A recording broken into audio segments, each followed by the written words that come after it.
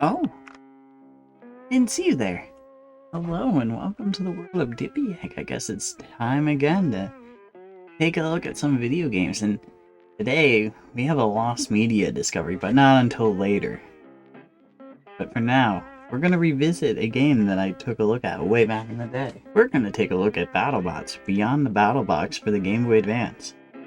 Because I can do it better.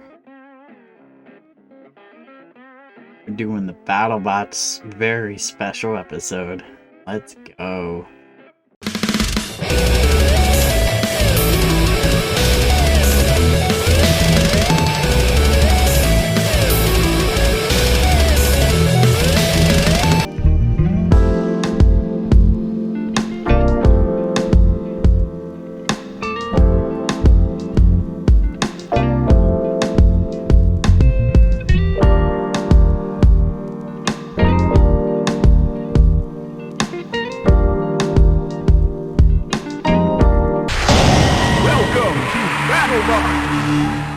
BattleBots Beyond the Battle Box. We're back again. Released on December 10th, 2002. This game truly made waves in my adolescence, and I thank it for that. The goal of this game is to beat the game as all four weight classes from the classic era of BattleBots, a time when we had lightweights, heavyweights, middleweights, super heavyweights. But now, fast forward, we're just chilling with the 250-pound heavyweights, and might be a good choice, but I still miss the old variety of weight classes for sure. The objective to start out is to build a robot. You can choose a multitude of frames, wheels, internals, weapons, armor. There's a lot to pick from, but the customization isn't the most flexible, and the robot always comes out looking kind of ugly. When you partake in fights, you gotta beat other bots like on the show by either winning a judge's decision or knocking them out. Winning the fight will have you move on in the bracket, as well as get a little bit of money that can be used for repairs and whatnot. In between each match, you have to fix the damage your robot took, and you can even remove armor and weapons and swap them out for new stuff and add different parts. Funds pending, of course. You definitely gotta strategize it though, so that you don't spend too much of the money, so you can be prepared for repairs later on in the bracket, or sometimes just having to outright replace things if you get hit really hard. There is also usually a sponsorship of some sort in between the fights where you'll get like free wheels or a battery or something. I rarely take advantage of that unless I'm in a really tight spot with that specific part. The gesture is nice though. Thank you for the sponsorship. Each weight class has 4 robots. They're all from the show, and they mostly make sense. It's all your favorites from the TV show. Backlash, Ziggo, Dissector, Hazard, Biohazard, and then you have Jaws of Death and the super heavyweights who never made TV once. I don't know why he's there. I guess it made the cut because it looks cool? I have no idea. The game honestly is a budget title, and it does show. It's a pretty shallow experience, and I guess you could technically call it a shovelware game, but it's a shovelware game that I have a huge soft spot for, and I don't care. The physics are wacky and quite inaccurate. You can literally just get flipped over by simply touching a wedge.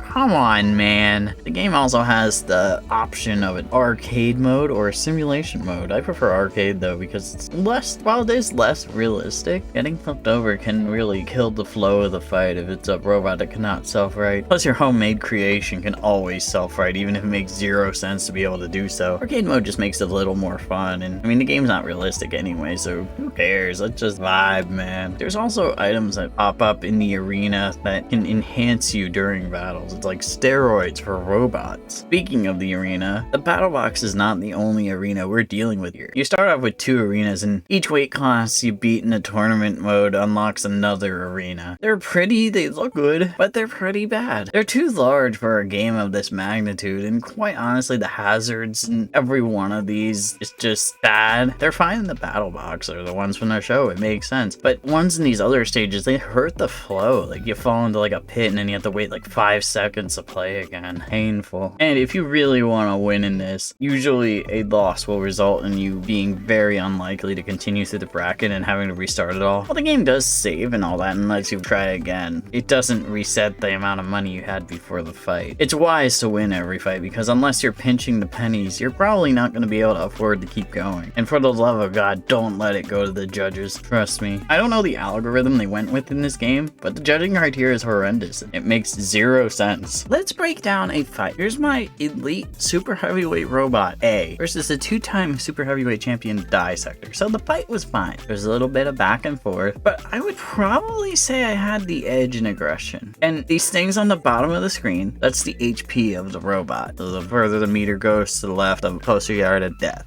As you can see at the end of this fight, Dissector's was lower than mine, so let's see how this fight went.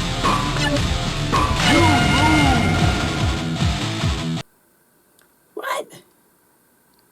Come on, man. Thankfully, they show you how the scoring went, and it's dog shit. Now, aggression, okay, you can make an argument that Dissector might have edged out the aggression by a little bit, but 15-0 aggression for Dissector? Literally no shot that I had 0 aggression in this fight. The real kicker is that Dissector won damage 11-4. I literally did more damage. The meter shows it. Dissector was on fire. Yeah, it's a budget title, whatever. I'm sure real-life builders would also tell you not to let it go to judges in an actual robot competition, but I feel that it is worth mentioning. But in addition to that, you also have the brawl mode where you get to play as your robot or one of the ones from the show and just have a fight for fun. This is a mode that I primarily played when I was younger. They're fun to play, and it's kind of a bummer that the opponents in brawl mode are randomized, but you can play with up to 4 robots in the arena, and it's a lot of fun to do. There's also multiplayer via the link cable, but I don't know anyone who's actually played this game in real life, so I'll have to simply dream of playing it, and maybe one day we will play BattleBots Beyond the BattleBox.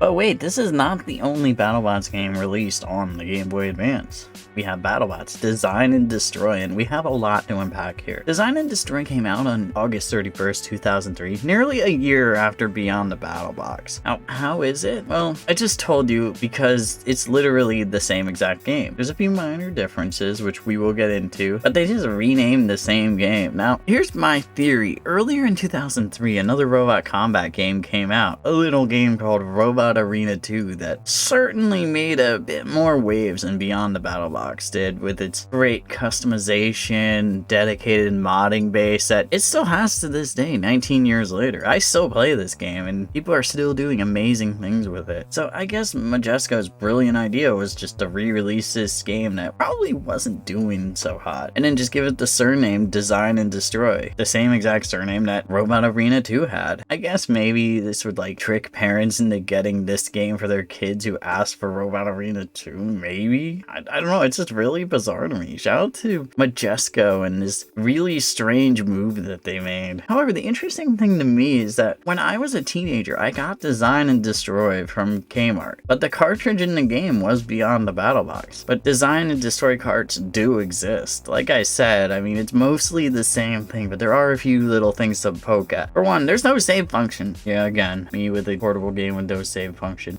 What? It has this like really convoluted password system that I didn't understand. But Beyond the BattleBox does have a save function. That game came out like 9 months before this one. I guess Majesco was just desperate for that easy money and cheaped out. I don't know. The menus are also a little bit different, and from what I've heard, it fixes some glitches, which I haven't really encountered glitches anyway, but I'll trust that. Also, you can't link Beyond the BattleBox and Design and Destroy for multiplayer. But I do have a love for this game either way, and I appreciate all the fun times it's given me. One day, I'll get my speedrun world record back and will be the king of the BattleBox. Huh. These two games really are the same thing. Beyond the BattleBox is our classic though, but Design and Destroy has made the ultimate sin by not having a save file, so I think we have to teach it a lesson. I wonder if this will work.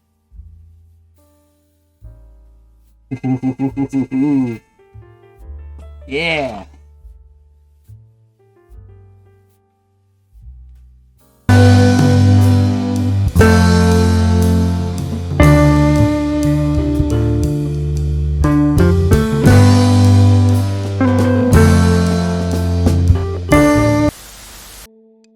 The fun don't stop there though, because there is a game that I forgot that's BattleBots related that I didn't even bring up in the last video, I don't think.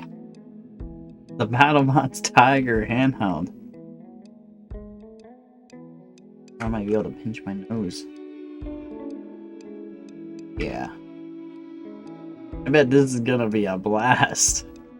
Tiger handhelds, I love them. Yeah, the gameplay on them is, to be blunt, unplayable. But I don't know, they have this charm to them. They're just cool to look at. I just think they're neat, damn it. And you know what? It's exciting when I find one in the wild at a flea market. But of course, BattleBots, oddly enough, got a Tiger handheld too. Tiger and Jack Pacific in particular seem to have a nice bond with BattleBots with merchandising back in the day with a wide array of toys. And in the Tiger line, we saw this handheld game. However, it's not just a conventional Tiger handheld like the other ones that we saw all the time in the 90s. This one was shaped like the super heavyweight robot Mechadon. It was a really rad robot. It's cool. I'm surprised we didn't get more merchandise based on this robot outside of this and a Happy Meal toy. Yeah, BattleBots had Happy Meal toys back in the day. What a time. But this game is just bizarre. It doesn't have like the conventional controls. Instead it has wheels on the bottom and actually Mechadon doesn't even have wheels. And a claw on the front that the IRL robot never had either. Basically with this you have to like roll the wheels to move Mechadon in the game and then you have to squeeze that claw to attack opponents. I think it wants you to like roll around on a table or something, but I just use my finger to rotate the wheel. Can you imagine me trying to capture footage just rolling this thing around on a table? Side note, I just wanted to showcase how this thing sounds. Hopefully this mic will pick up the audio because my regular mic wasn't able to, so we're going to try it out.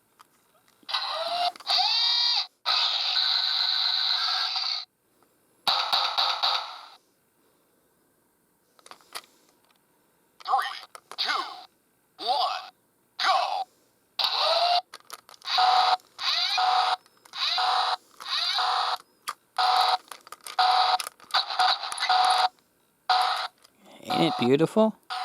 You're constantly driving in a sort of like slight left direction. I don't know if they maybe recycled this gameplay from a NASCAR game or something or what, but it's kind of weird. The opponents in this game are robots from the show, and I'll show some comparisons of the sprite and the actual robot on the screen. We got Minion, we got Vlad the Impaler, we've got El Diablo, we've got Kilohertz, and what the hell is it supposed to be? Yeah, they just clearly like recycled the same sprite and changed the weapon to sort of replicate the robot that's representing. It's a Tiger handheld, what do you really expect? But I'll give credit where credit's due. It's an ambitious project, certainly unique, but unique unfortunately does not always mean good, and this is not good. I'd honestly go as far to say that this is probably the worst Tiger handheld gameplay wise that I've played so far, but it's certainly a neat novelty and a showpiece either way. I wonder how well this thing sold because I never saw it in stores as a kid. Okay, so the real question in my mind is, will the Whiplash toy flip this thing? I don't know if it's strong enough.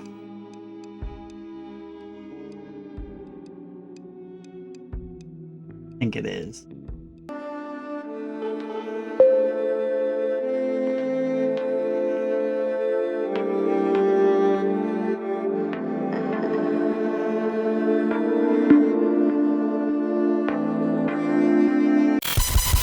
So in the other video that I made about BattleBots video games, I mentioned that there was a canceled BattleBots game for the PS2 and the GameCube that I was very hyped for. Well, it was dumped. We can finally play it. Well, we can play an alpha build. Let's get into the story.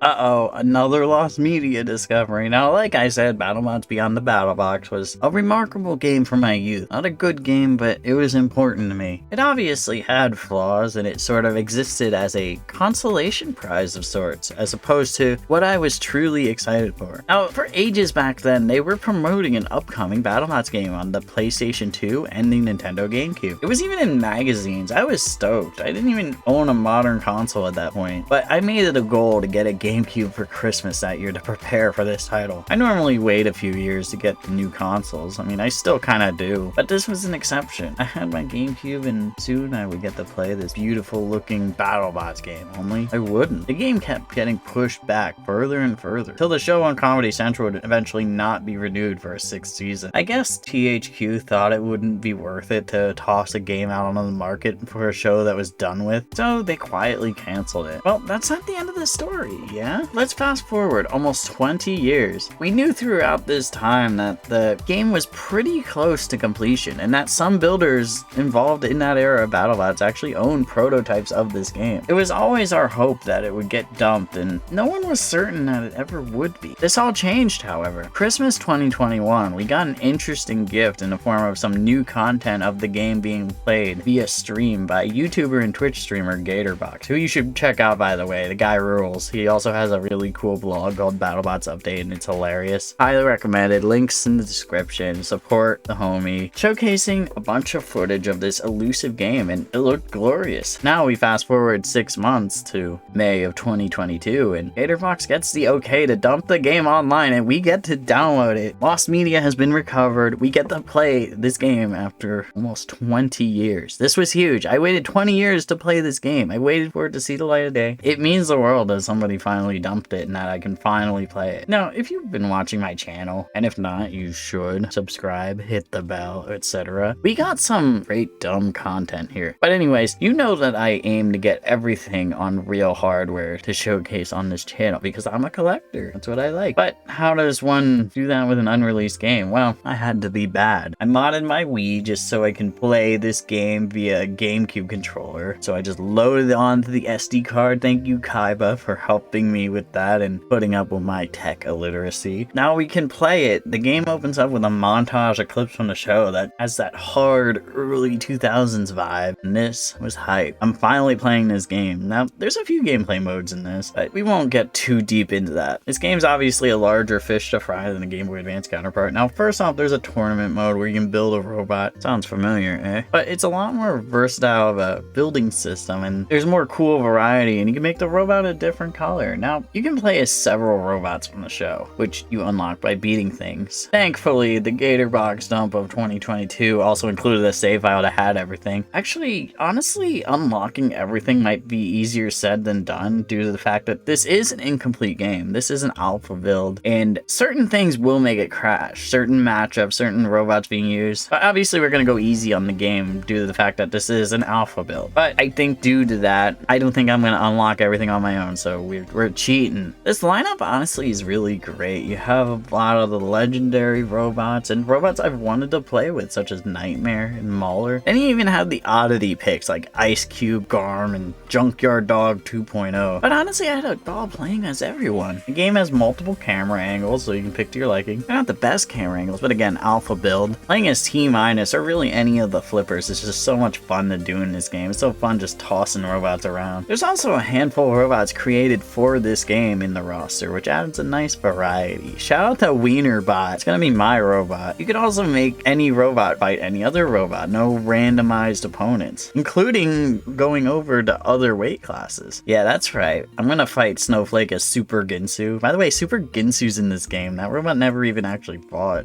Beautiful. The game does crash at certain points though, like trying to resume certain save files or playing as certain robots. Sorry, you can't play as Biohazard in this game because the game just like crashes. But all in all, I had a lot of fun with this. And had this been completed and released, this would have been a crucial staple for my childhood gaming roster. This would have been one of my favorite GameCube games for sure. And now it can be a crucial staple for my adult gaming roster. I like that all the damage in this game is just like you blowing up this robot. It's truly a spectacle, and I'm ready to play more. Also, the judges don't seem to be terrible like in the GBA one, although I reached judges' decisions a lot less in this game. So let's conclude this with a fight between WienerBot and Taxi.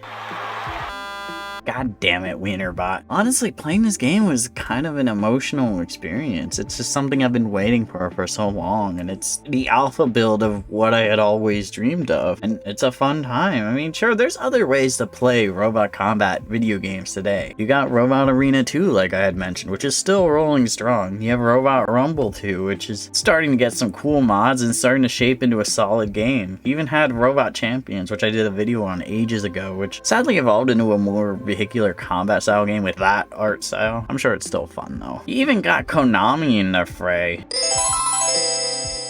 Oh wait, it's Konami in 2022, so it's just a slot machine. And wouldn't mind trying it though. But here's a hoping, with the show thriving and going strong on the Discovery Channel, that we see another BattleBots game again. Oh, please. Man. This would have been one of my favorite games ever growing up. I feel like I was robbed, but happy I can play it now.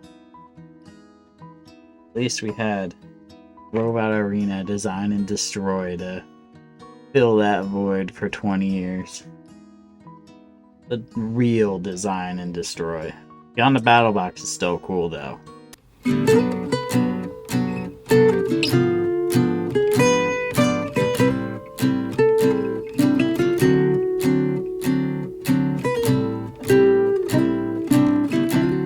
Okay, we're gonna do this.